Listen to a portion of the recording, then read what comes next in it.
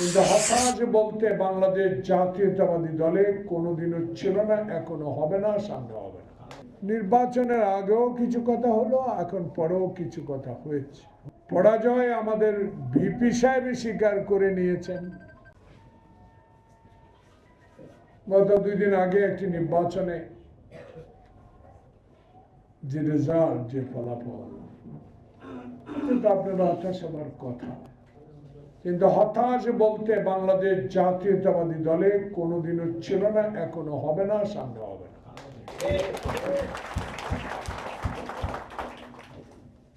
হতাশা কারা করেন? যারা রাজনীতির সাথে সম্পর্ক থাকে না, যাদের দল বড় আকারের না, যারা দেশের মানুষের জন্য কিছু করতে পারেন না, যারা কশিন কালো ক্ষমতায় যেতে পারেন নাই, তারাও কিছুটা হতাশ। কিন্তু আমরা হতাশ নই। আমাদের নেতা সালাউদ্দিন বলেছে, আমরা অভিনন্দন জানাই। জয় পরাজয় হবেই, গণতান্ত্রিক ধারা এটা। হ্যাঁ, গণতন্ত্রের প্রতি যদি কেউ বৃদ্ধাঙ্গুলি দেখিয়ে কোথাও কিছু করে থাকে, আমরা এখানে যারা ছিলাম অনেকে উপস্থিত হয়তো বা ছিলাম বা ছিলাম না। নির্বাচনের আগেও কিছু কথা হলো, এখন পরেও কিছু কথা হচ্ছে। আমি একটা সংবাদপত্র বা ইউটিউব, অত্যন্ত জনপ্রিয় ইউটিউবগুলো ভালো চলে, মানুষ এখন প্রিন্ট মিডিয়া দিকে খুব নজর কম। গুগলে যায় টিপ দিলে পত্রিকার নাম লিখলেই সব নিউজগুলো চলে আসে।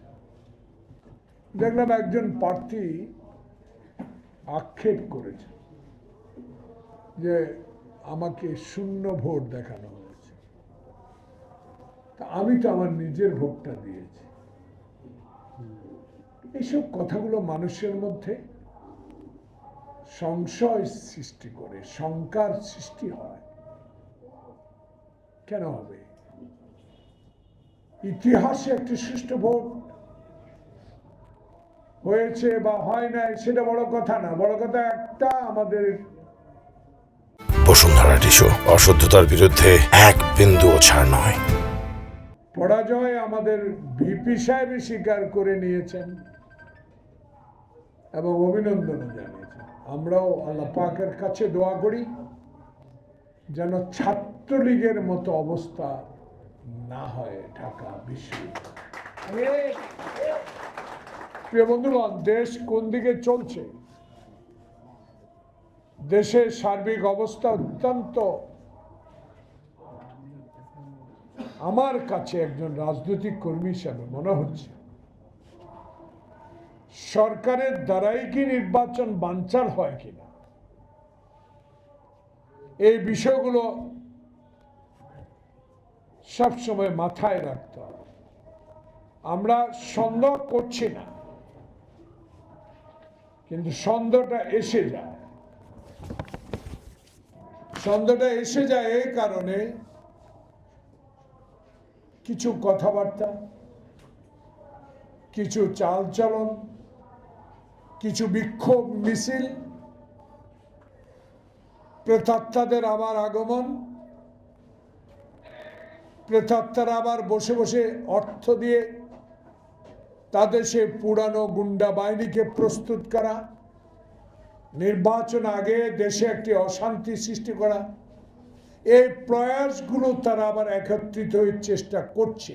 এই দিকে যদি এই সরকার, আমাদের সমর্থিত সরকার, ওয়াসিম মুগ্ধ খোকনের রক্তের সরকার যদি নজরে না দেন, তাতে আমাদের তো শঙ্কা হতেই পারে। তা আপনারা, এই নির্বাচন জাতীয় নির্বাচন নয়, এটাতে জাতীয় নির্বাচনে কোনো প্রভাব ফেলবে বলে আমি বিশ্বাস করি। বাংলাদেশের ইতিহাসে এমন এক ব্যক্তি, যে ব্যক্তিটির নাম পাথরে ভেঙ্গে হাসিনা শেষ করতে দিয়েছে, কিন্তু বাংলাদেশের মানুষের মণিকোঠায় মনের মধ্যে জিয়াউর রহমান তার আদর্শ, তার দল যেভাবে এখনো আমাদের মনে টিকে আছে, এই দল কোনোদিনও আমার বিশ্বাস নিচ্ছিন্ন হবে না। কারণ